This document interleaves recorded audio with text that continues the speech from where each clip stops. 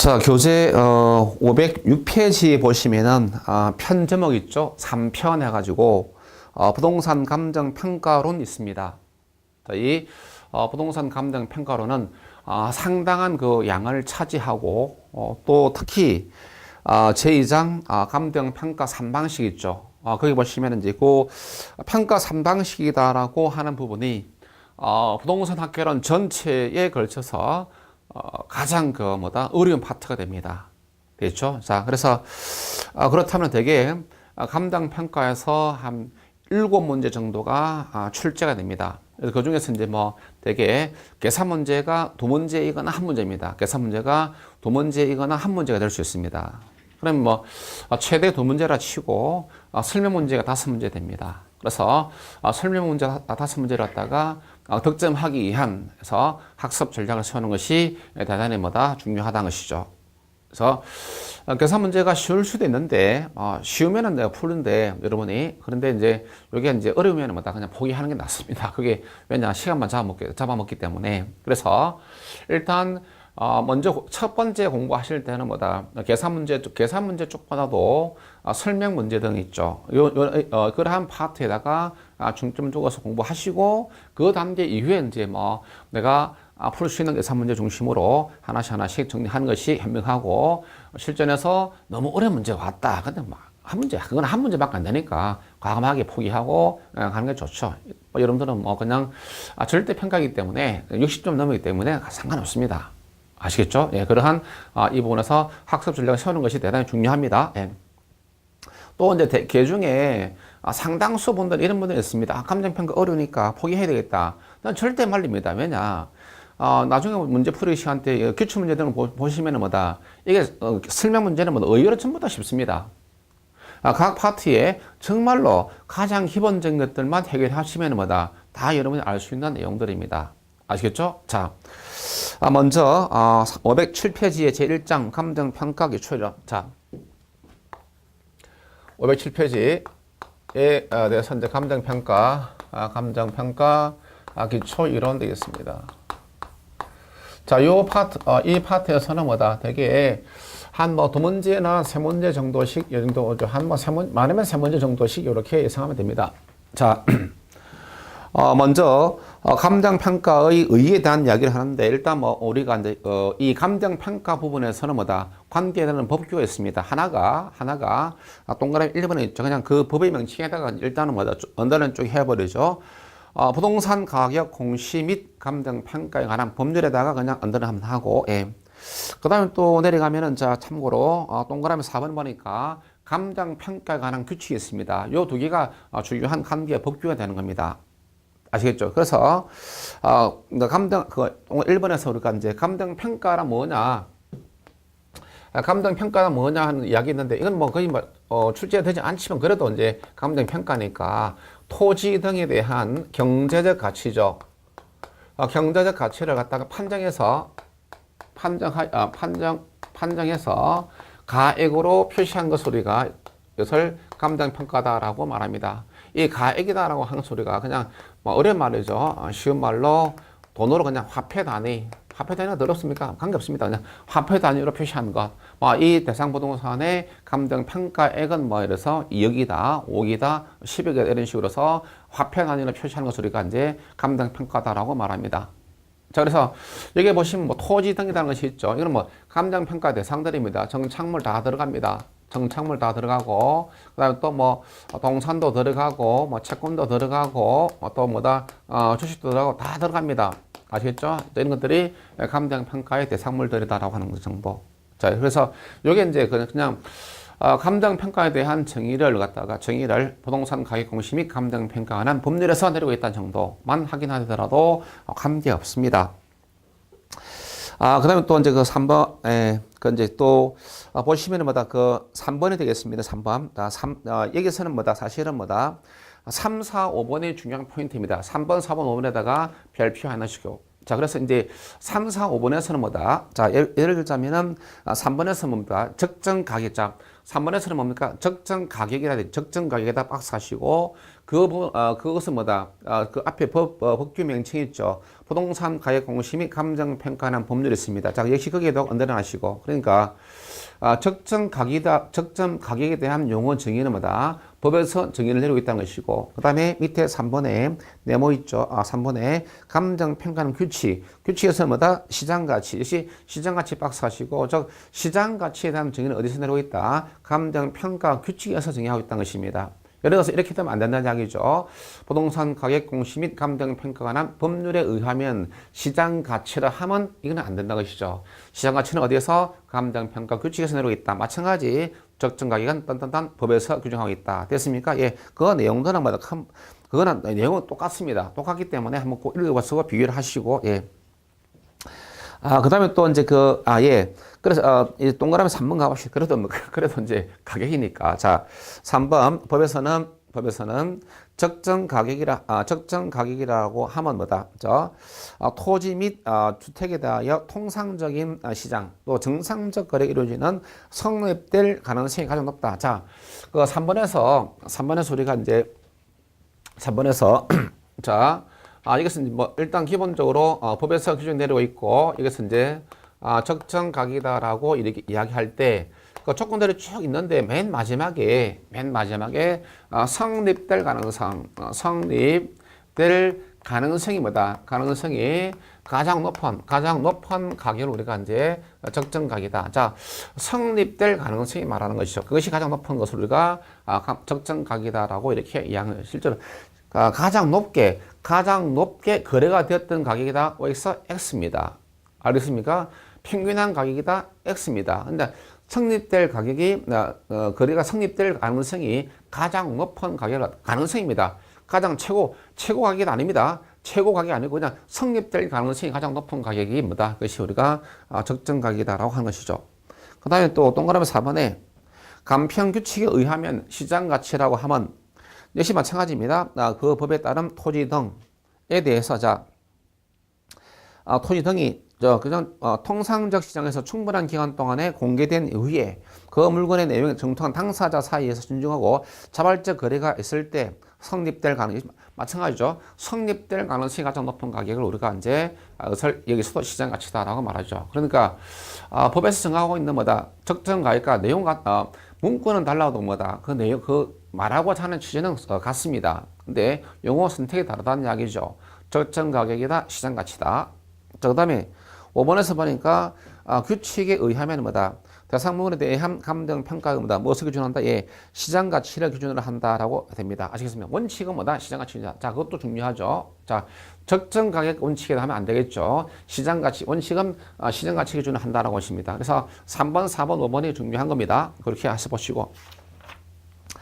자, 뭐 나머지 그렇지 않은 경우를 말하고, 예. 그 다음에 보충 자료 있는 것도 한번 여러분들 읽어보시면 됩니다. 예, 이런 것들도 역시 다 감정 평가의 대상이 되는 것을 말합니다. 됐습니까? 예. 자, 그 다음에 이제 부동산 감정 평가의 필요성이죠. 필요성. 자, 그 필요성에서 필요성. 예. 그 필요성에서 정의하고 있는 것은 뭐다? 네. 죄송합니다. 예. 자, 첫 번째, 합리적이지 못한 부동산 시장 때문입니다.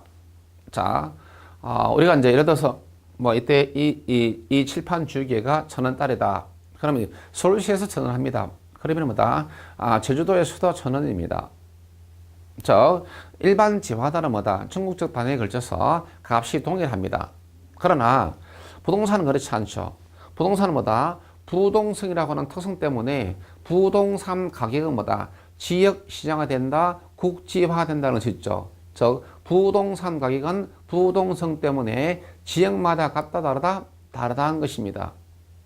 그러니까 동일한 아파트, 그냥 예를 들어서 합시다. 그냥 흔히 말해서 삼성 레면 아파트가 서울에 있는 것하고 삼성 레면이 제주도에 있는 것하고 같은 동일한 제품인데 뭐다? 값은 엄청난 차이 나겠죠. 그러면 그런 것은 그렇기 때문에 해서 일반인에 의해서 뭐다? 부동산 가치를 갖다가 평가한다는 것은 대단히 힘든 거죠. 이런 것들은 우리가 아니 이거 그럼 서울에서 1,000원이야? 그럼 제주도 1,000원이야? 이렇게 되는 거예요. 근데 서울의 삼성 내면 아파트가 예를 들어서 40평짜리가 예를 들어서 10억이다. 그럼 제주도의 내면이 42평짜리가 10여기다라고 말할 수 있다 없다? 없다는 이야기죠. 다르다는 것입니다. 그러니까 다른 일반인에서 평가하기 힘들다. 그래서 전문가인 감정평가서에 의한 평가가 이루어져야 한다. 그런 이야기입니다. 그게 감정평가의 필요성이죠. 그냥 감정평가 전문가인 뭐다? 감정평가사가 평가해야 될 이유들입니다. 자, 그 다음에 또 두 번째, 가치 형성 요인이 뭐다? 대단히 중요하죠. 부동산 가치 형성 요인이 대단히 복잡하고, 그 다음에 또 연관성이 깊고, 그 다음에 가변적이다. 그래서 이제 나중에 또 이야기 됩니다. 뭐 내가 살고 있는 근처에 없던 도로가 신설 도로가 생겼습니다. 또 그다음에 쾌적한 공원이 생겼습니다. 그러면 부동산 가치가 올라가겠죠. 예. 그렇게 됐을 때 우리가 뭐다? 예. 가치 오르는데 일반인은 뭐다? 일반인들도 올라갈 것이라는 건 압니다. 하나 중요한 것입니다. 평당 얼마나 올 것이냐. 그거는 우리가 얼마나 평가할 것이냐. 그건 뭐다? 일반인은 못하는 거죠. 적정 가격으로. 또는 뭐다? 시장 가치로. 누구의 몫이다? 전문가인 감정평가의 몫이다. 감정평가사의 몫이란 겁니다. 그런 이야기죠. 예. 그 다음에, 저해 요인이 너무나 많습니다. 또, 특별한 동기 또는 뭐다? 특수한 사정 때문에 정상 가격보다, 즉, 시장 가치보다 더 싸게 거래될 수 있습니다. 자, 내가 빨리 이민 가야 된다? 예, 그럼 뭐다? 빨리 싸게 던져 가야 되겠죠. 또, 잘 아는 사이에 뭐다? 좀 싸게. 또 잘 모르는 사람 더 비싸게. 이러면 아주 복잡한 거죠. 만약에 이제 내가 입은 옷이 뭐다 5만원짜리다. 백화점에 샀다. 그러면 A가 사더라도 5만원 주고 사고, B가 사더라도, C가 사더라도, D가 사더라도 똑같이 5만원 주고 사는 거죠. 근데 값은 일반 저하들은 뭐다? 누구에게나 다 값은 같게 이렇게 판매를 하는 거죠. 근데 부동산은 뭐다? 다르다는 것이죠. 똑같은 부동산이 거래된다 하더라도 아는 사람끼리 좀 싸게, 모르는 사람보다 덤태기 씌우기 위해서 비싸게 이렇게 거래되는 게 많다. 자, 그러면 그렇게 해서 특수한 사정이나 개별적 동기들이 개입되었다. 그럼 그걸 갖다가 정상적인 뭐다? 시장 가치로 환산하기 위해서는 뭐다? 누구가 필요하다? 예, 감정평가사가 필요하다. 자, 그 다음에 이제 재반권리 결합처다. 부동산을 수요하게 되면 뭐다? 많은 권리, 뭐 공중권, 우리가 시야권 또 뭐다? 시피권 해가지고 부수적 권리들 많이 배웠죠. 알겠습니까? 예. 그러한 권리들은 뭐다? 전부 다 경제적 가치를 다 가지고 있는 것이죠. 참고로 예를 들어서 뭐 권리금도 마찬가지입니다. 자, 그런 것을 누가 평가하느냐? 예, 감정평가사가 평가할 수밖에 없죠. 자, 그렇기 때문에 필요성인데 역시 1, 2, 3, 4번이 다 중요합니다. 이런 것들은 이제 자주 아닌데 가끔씩이죠. 자주는 아니지만 뭐다? 가끔씩 지문으로 등장합니다. 지문 뭐 전부 다는 아니고 한두 개 정도, 한두 개씩 등장합니다. 됐죠? 예, 하고. 자, 그 다음에 평가 기능 있죠? 기능은 뭐 그냥 읽어보시면 됩니다, 여러분들이. 자, 기능은 뭐 특별하게 어렵지 않습니다. 한번 읽어보시고, 예. 자, 그 다음에 또, 나머지 또, 510페이지에 가서 평가 설정 범위가 있는데 이것도 거의 출제 안 되는데, 자, 여러분들 이런 오해는 하지 말자. 즉, 감정평가사라고 해서 대상 부동산의 가치 추계, 가격이 얼마냐, 그걸 매기는 일만 하는 것이 아니고 부동산 시장도 분석한다. 알겠습니까? 그래서 감정평가사 업무란 자체가 가치평가, 즉 가치 추계적 활동을 하는 것이 아니고 그 외에도 시장의 수요 분석, 공급 분석, 시장의 동향 분석이 있죠. 그러마다 비가치 추계적 활동을 한다는 이야기죠. 그게 이제 채용보면 알 수 있겠죠. 가치 추계적 활동은 대상 부동산 가치를 갖다가 산정하는 활동이고 비가치 추계적은 뭐다? 가치 산정 이외에 다른 뭐다? 시장 분석이다. 앞으로 어떻게 될 것이냐, 현재는 어떻다. 이러한 활동하는 것을 우리가 비가치 추계적 활동이다라고 말합니다. 됐죠? 예. 자, 그 다음에 뭐 참고하시고 원칙은 참고하고 예. 다음 페이지 가서 부동산 감정평가의 분류가 있죠. 예, 분류가 됩니다.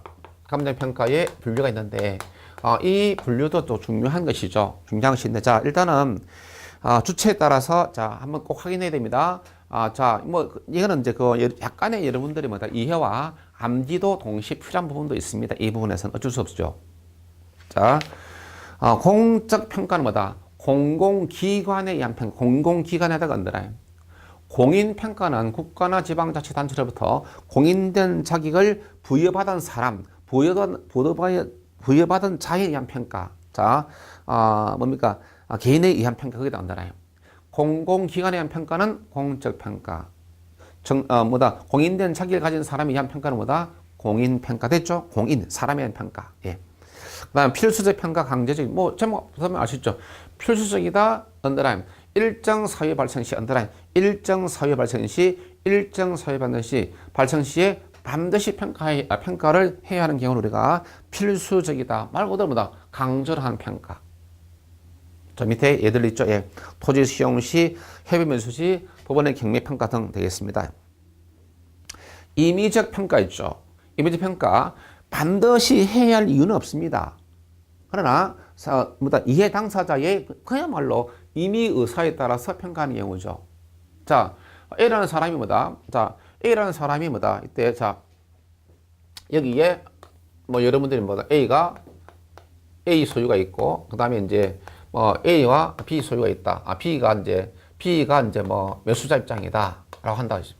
근데 만약에 이제 이때 A가 뭐다? A는 뭐 100억 달러. 아이 너무 비싸다. 이거 뭐 80억이면 충분하다. 이렇게 이제 서로 값이 일치되지 않습니다. 예를 들었습니다. 뭐 가격에서 서로 차이가 크죠. 이렇게 됐을 때 A와 B가 합의합니다. 좋다. 그러면은 우리가 이거 감당 평가사에게 맡겨놓고 다른 제3자 전문가 맡기고 그 사람이 평가한 가치로 거래하자. 이렇게 되는 거죠. 그냥 임의의사, 이해 당사자의 임의의사에 따라서 하는 거. 반드시 해야 할 필요 없습니다. 만약에 우리가 뭐 이 건물이 뭐다 경매로 들어갔다. 경매는 뭐다 반드시 해야 되겠죠. 이건 뭐다 필수적 평가이며 또 나중에 법에서 정하고 있습니다. 법정 평가에 해당됩니다. 아시겠죠? 예, 그런 이야기입니다. 자, 밑에 가서 이제 평가 목적, 공익평가, 사익평가, 뭐, 뻔하겠죠. 공익 목적, 사익 목적. 자, 그 다음에 512페이지 가서, 법정평가라고 있습니다. 법정평가. 자, 법정평가 있는데, 자, 역시 언더라인 되겠습니다. 두 번째 줄이죠. 법규에서 정한 대로 행하는 평가를 법정평가다라고 말한다. 쭉 언더라인이죠. 법에서 정한 대로 하는 것을 우리가 법정평가다라고 이렇게 말합니다. 됐습니까? 예, 하고, 예. 자, 그래서 이제, 필수적 평가 따라서 뭐다? 따라서, 필수적 평가, 따라서 법정 평가 옆에다 하나 적어 놓습니다. 필수적 평가는 대부분 법정 평가이다. 됐죠? 예. 그래서, 필수적 평가 대부분 법정 평가에 해당됩니다. 자. 그 다음에 밑에 가서 단독평가 합의제. 단독은 뭐다? 감정평가에서 1인이라는 평가. 그 다음에 또 합의제는 뭐 여러 2인 이상이죠. 장들 뭐. 자, 보시고. 그 다음에 참모와 추시평가. 참모평가는 뭡니까? 자, 일반인을 위한 서비스가 아니고 자신의 고용주, 자신의 고용기관을 위한 평가를 우리가 참모평가. 예를 들어서 이런 것이죠. 국민은행에 소속된 감정평가사 갑이 국민은행의 시세죠. 부동산 시세를 위해서 평가를 할 때마다 그것이 뭐다? 예. 국민은행 소속 기관을 위한 평가죠. 또 소속 고용주를 위한 평가가 되겠죠. 그런 것을 우리가 말한다? 참모평가. 그 다음에 수시적 평가는 뭐다? 고도의 뭐다? 전문적 지식을 가지고 있는 사람들에 의해서 그냥 일시적으로 하는 평가를 우리가 이제 수시적이다. 알겠습니까? 그래서 부동산에 관한 전문적 지식이 아주 깊은 사람들로 구성된 사람들에 의해서 이루어지는 일시적인 감정평가. 아시겠죠? 그래서 수시적이다. 그 다음에 또 우리가 또 참모다 할 때 구분해야 됩니다. 예. 자, 그 다음에 또 기술 수준상의 분류가 되겠는데 1차 수준의 평가, 2차 수준의 평가, 3차 수준의 평가 있습니다. 자, 1차 수준은 뭐다? 일반인에 의한 평가를 1차 수준. 가장 전문성이 낮습니다. 2차 수준은 뭐다? 부동산 관련 전문가인데 본인의 업무가 아닌 것을 평가를 하는 경우입니다. 예를 들어서 공인중개사가 뭐다? 공인중개사가 감정평가 활동하는 경우, 또 세무공무원이 뭐다? 감정평가하는 경우가 2차 수준의 활동이다. 그 다음에 3차 수준의 평가다라고 하는 것은 뭐다? 이것이 전문가인 감정평가사에 의한 감정평가를 우리가 3차 수준의 감정평가다라고 말합니다. 따라서 전문성이 뭐다? 가장 높은 것이 뭐겠습니까? 이것이 3차 수준의 감정평가 되겠죠. 그 정도만 하면 됩니다. 됐죠? 예.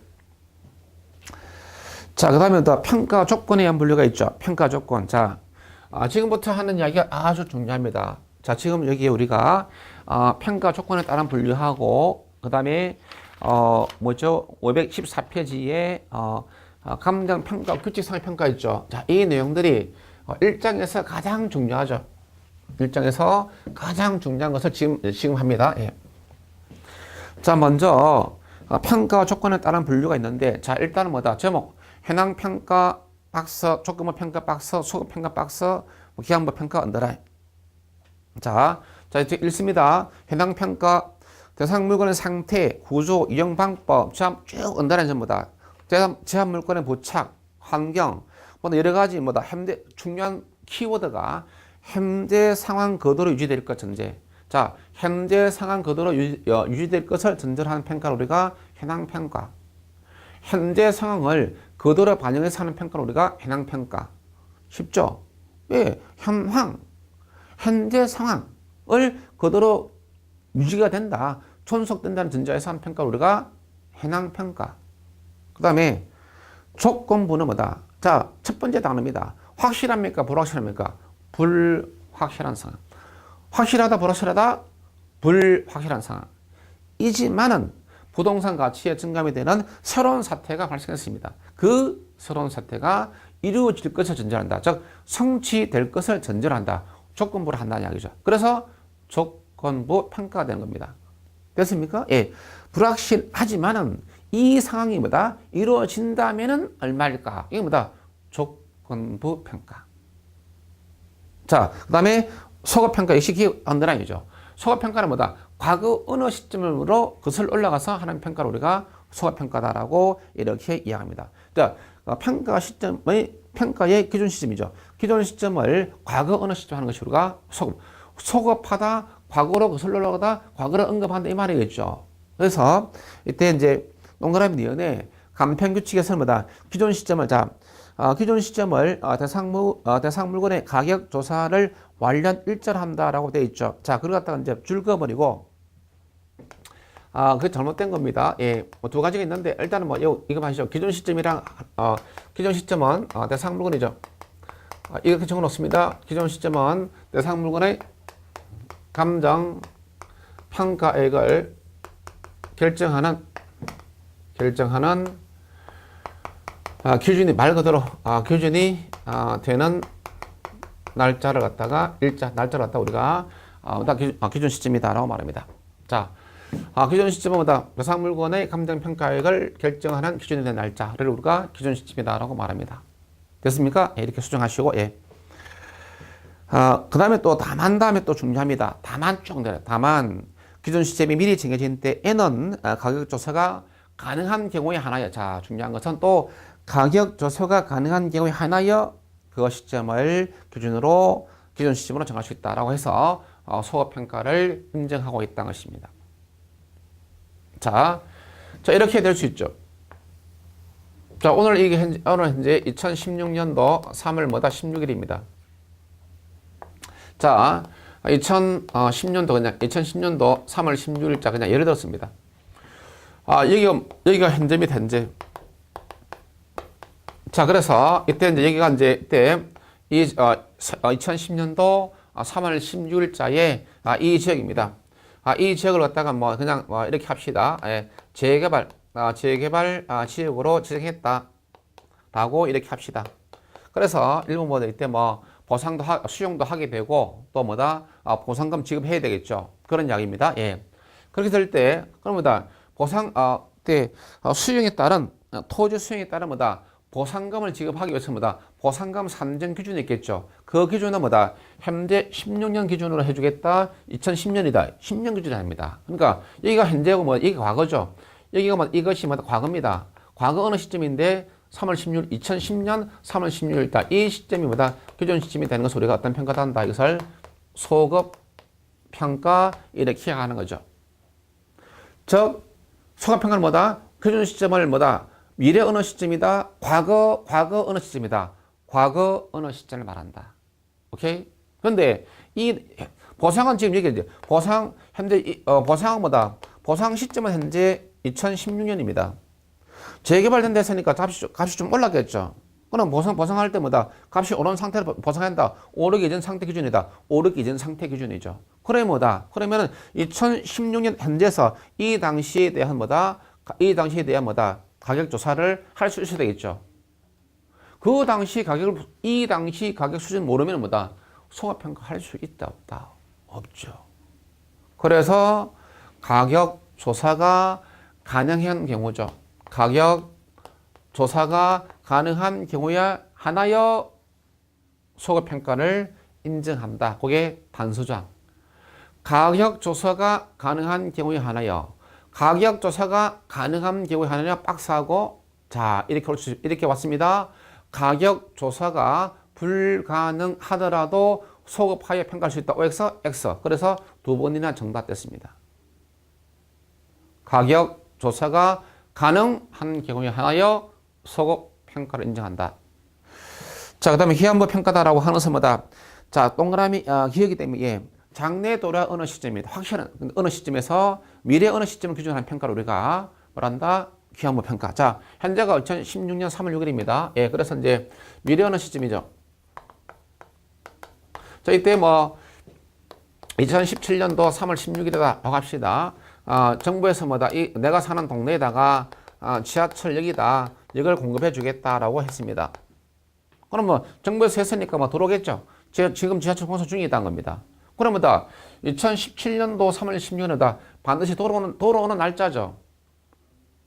그렇죠? 기한의 도래처럼 반드시 돌아오는 날짜입니다. 됐죠? 그래서 확실한 미래 어느 시점이죠.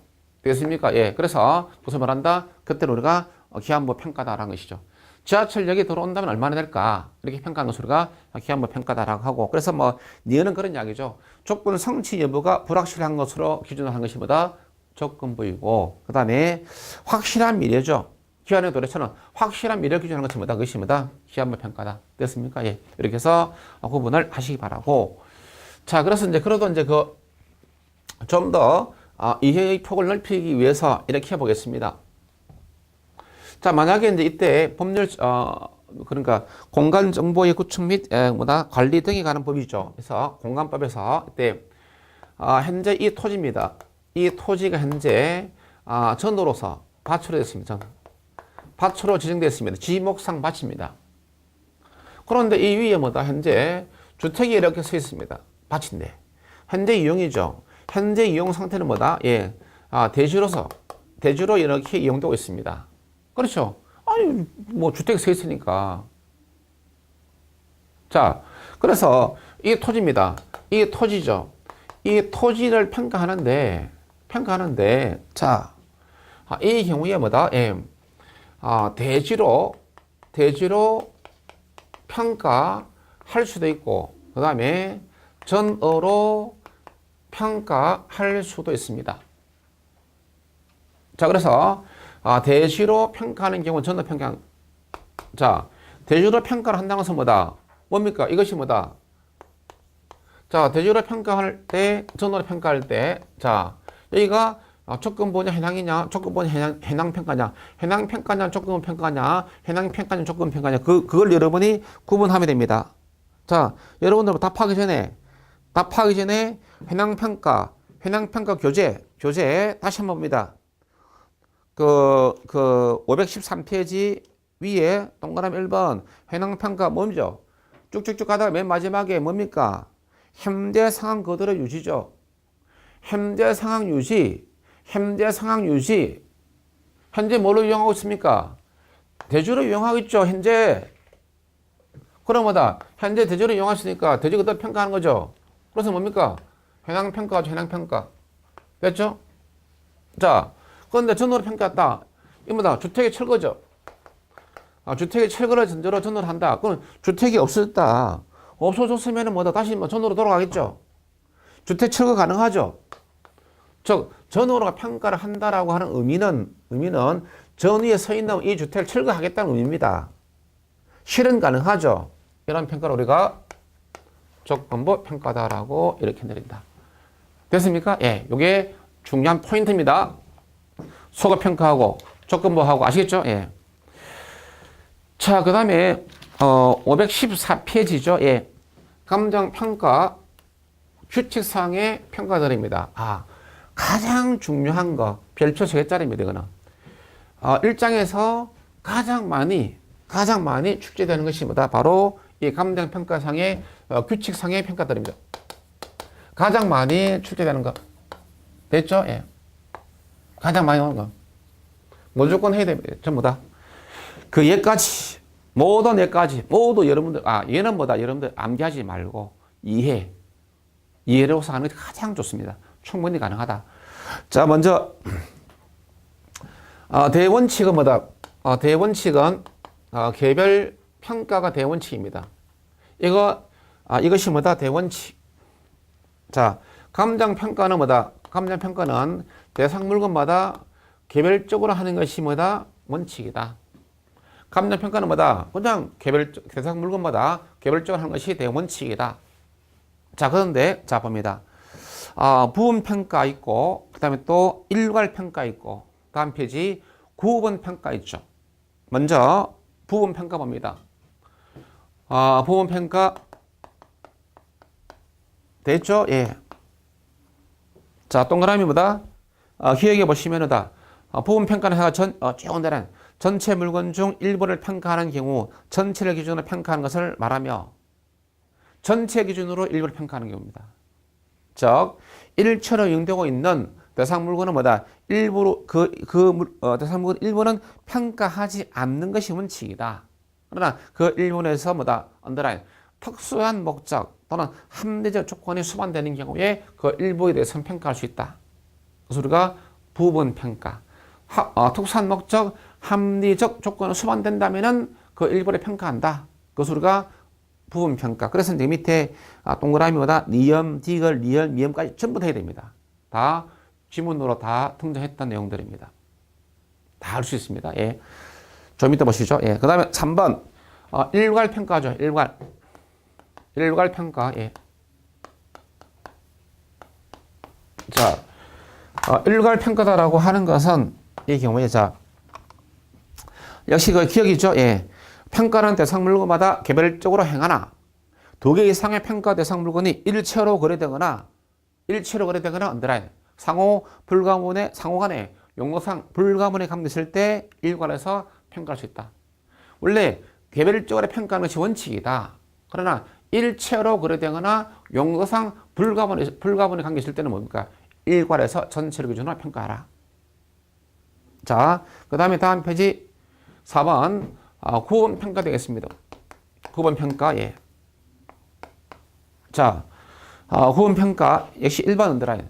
한 개의 물건이라도 가치를 달리하는 부분은 구분하여 평가할 수 있다.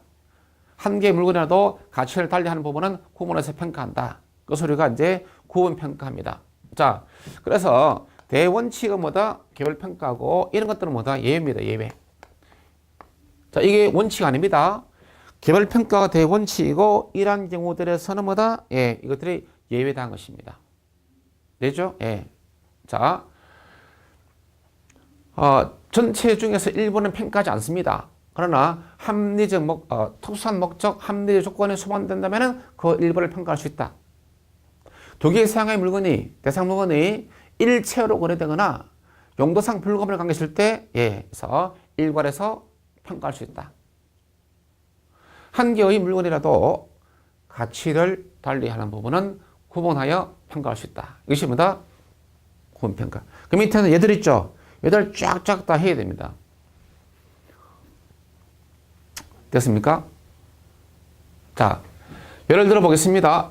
자, 여기에 토지가 있습니다. 이것이 현재 이렇게 돼서 건물이 이렇게 있습니다. 됐죠? 예. 토지 건물 일체로 연결되죠. 이른바 복합부동산이죠.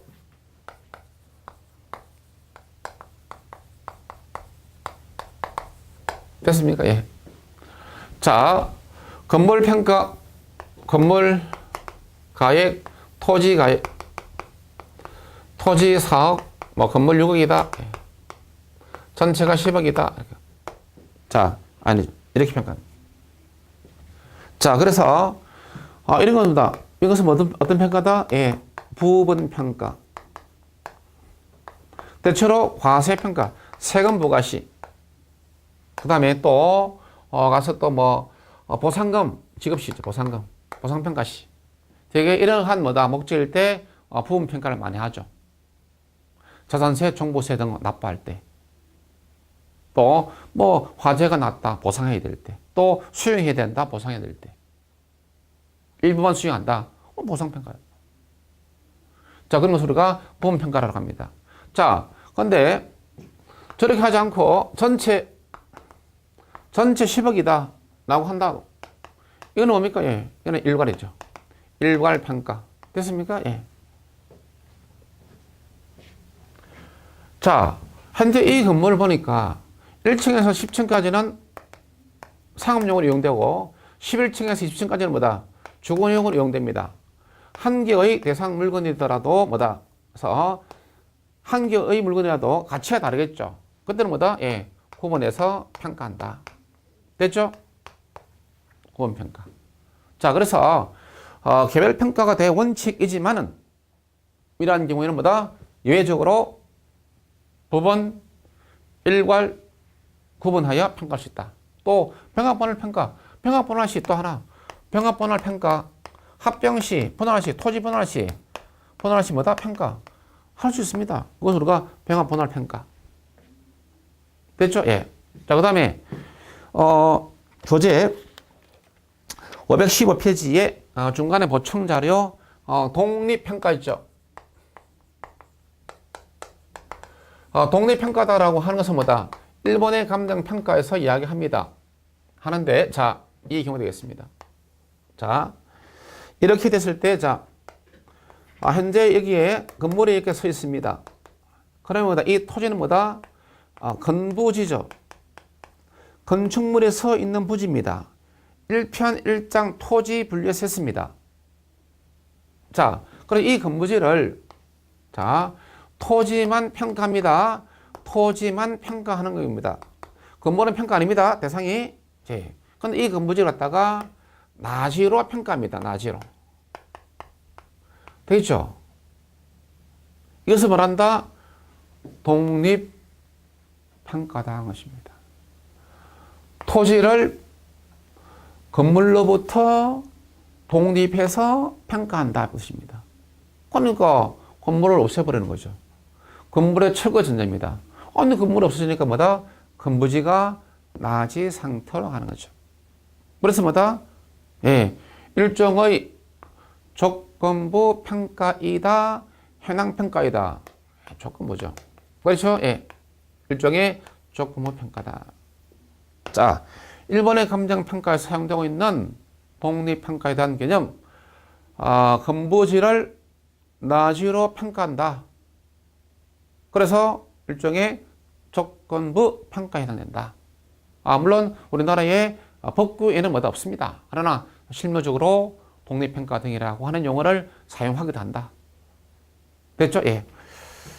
그러면 일본 놈들이 참 일본 놈들 좋은 점이 있긴 있습니다. 내가 뭐 일본 싫어하지만은 자, 그래서 갑니다. 예.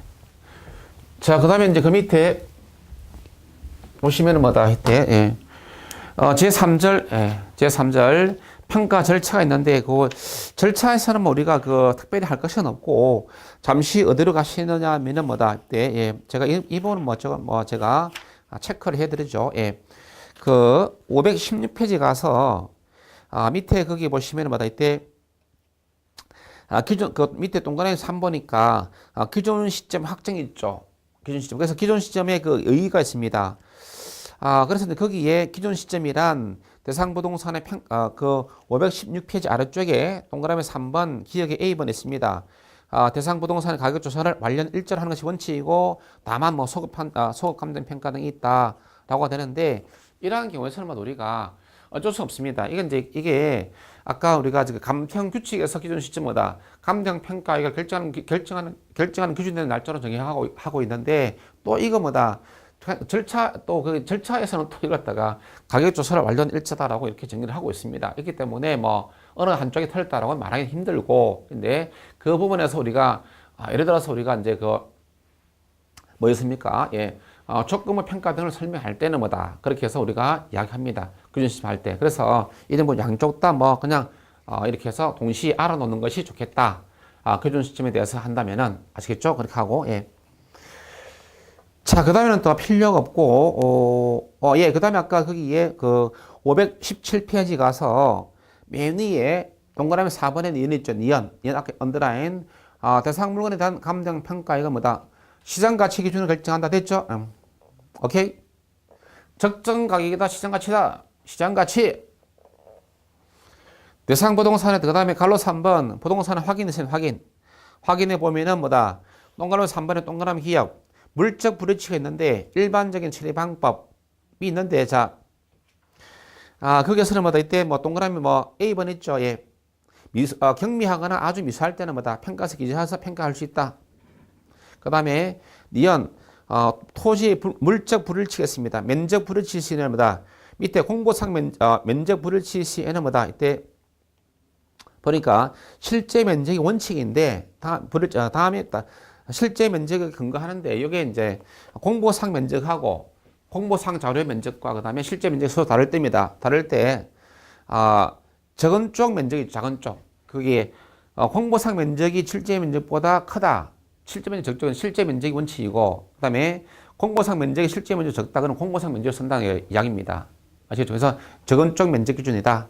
그 다음 지목 불일치 시 현황 지목 현재 상황 그대로 반영한 거죠. 현황 지목에 따라서 간다. 자, 그 다음에 가서 이제 518페이지 가서 갈로 4번 자료의 수입과 정리가 있는데 자, 자료 종류하고 자료 수입 방법 있죠. 이거는 뭐 해놓습니다. 뭐 좀 중요하지 않지만은 그래도 이런 것들이 설명 문제로 주습니다. 자, 확인 자료 쭉 언더라인. 대상 부동산의 물적 상태, 권리 상태를 나타내는 자료로서 쭉 각종 도면, 제적 공모, 등급 등본이 쭉 언더라인. 이것이 확인 자료. 그 다음에 요인 자료란 가치 형성 요인에 관한 자료. 가치 형성 요인에 관한 자료를 갖다가 요인 자료 하면 일반 자료, 지역 자료, 개별 자료 있죠. 일반 요인에 관한 자료를 우리가 일반 자료, 지역 요인에 관한 자료를 우리가 지역 자료, 개별 요인에 관한 것을 우리가 개별 자료 이렇게 말합니다. 이것이 가치 형성 요인인데 그러한 가치 형성 요인 뒤에서 나중에 또 공부를 하게 됩니다. 예. 그 다음에 사례 자료의 수입 방법이 있는데 거기에 징구법, 실사법, 열람법, 탐문법이 있습니다. 징구법은 뭐다? 감정평가 어린이에게 자료를 갖다, 그러니까, 여러분들은 뭐다? 감정평가사에게, 이거 내가 가지고 있는 부동산인데, 감정평가 좀 해주시오. 라고 이렇게 의뢰하면 뭐다? 평가서를 합니다. 그 부동산에 관한 필요한 자료 전부 다 갖다 주시오. 그게 뭐다? 징구법입니다. 자, 평가사가 어린이에게 필요한 자료를 갖다 요구하는 것을 말합니다. 뭐, 대체로 평가사는 뭐 할 일 없이 앉아가지고 뭐, 평가사나 변호사나 다 그러죠. 실사법, 실사합니다. 현장에 가서 실제 조사하는 거죠. 실사한다. 그래서 실제 조사를 통한 방법, 임장활동을 통하여, 예. 그 다음에 열람법, 되겠죠. 그래서 자료 문서 열람해서 하는 거. 뭐 등기소 가가지고 열람하는 거예요. 아시겠죠? 열람법. 자, 그 다음에 또 탐문법, 탐문한다. 인근 지역 주민 또는 뭐 동네 이장 또 그다음 중개업자 등을 통해서 뭐다 여러 가지 정보를 갖다 수집하는 방법이죠. 그것이 탐문법이다. 그래서 이 자료의 수집 방법에 대해서도 얼마든지 뭐다 출제가 될 수 있다라고 생각이 됩니다. 자, 그 다음에 또 519페이지 가서 예, 마지막에 8번에 거기 보니 평가서에다가 필수적 기재사항이 있고 임의적 기재사항이 있습니다. 그래서 뭐 이걸 갖다 못해요. 제가 암기하라는 말은 안 하겠습니다. 근데 사실 보시면 알 수 있죠. 뭐 평가 의뢰인 누구냐, 목적이 뭐냐, 조건이 뭐냐, 기준 시점 뭐 이런 거죠. 당연히 다 들어가야 됩니다. 자, 그래도 모르겠는 분은 뭐다. 자, 동그라미 2번. 임의적 기재사항이죠. 이거는 뭐 반드시 임의적이니까 반드시 기재할 필요가 없는 경우죠. 임의적이니까 기재해도 되고 안 해도 되고. 근데 기재를 하는 경우가 임의적이니까. 위에는 마다 무조건 해야 되는 거고. 뭐 그 평가 보고서에 그렇게 써 있겠죠. 주소, 의뢰인, 감정평가사, 목적 뭐냐 다 있겠죠. 근데 이 임의적은 뭐다? 기업 보니까 공부 또는 의뢰 내용과 불일치할 때 타인 토지, 대상 부동산 타인 토지 위에 있을 때 이런 경우 저러죠. 그럼 뭐다? 임의적 기재. 모든 부동산들이 타인의 토지 위에 있는 거 아니죠. 그럼 또 부동산 있을 수 있다가. 그런 것들은 이제 예, 임의적으로 기재해라는 것이죠. 그래도 모르겠거든. 임의적 기재 사항들은 뭐다? 어떤 상황이든 상황. 상황이 전제됐죠, 상황. 아니, 뭐, 불일치하는 경우, 타인의 토지에 있는 경우, 공고상에 저촉되는 거, 상황이 전제돼, 상황. 상황 전제죠. 그 필수적인 주소, 목적, 조건 뭐냐, 이런 거죠. 임의적 어떤 상황이 전제된다는 것이죠. 또 그러다 뭐라는 건, 그냥 그 내용이, 글자 수가 많죠. 내용이 길면은, 그 내용이 길면은 뭐다? 임의적 기재상. 글자 수, 문장이 길까? 내용도, 내용 말도 어려우면 뭐다? 문장이 길면은 뭐다? 무조건 뭐다? 문장 형태다. 무조건 뭡니까? 임의적 기재상. 됐죠? 네, 그렇게 구분하시기 바랍니다. 자, 이 시간은 여기까지 하겠습니다.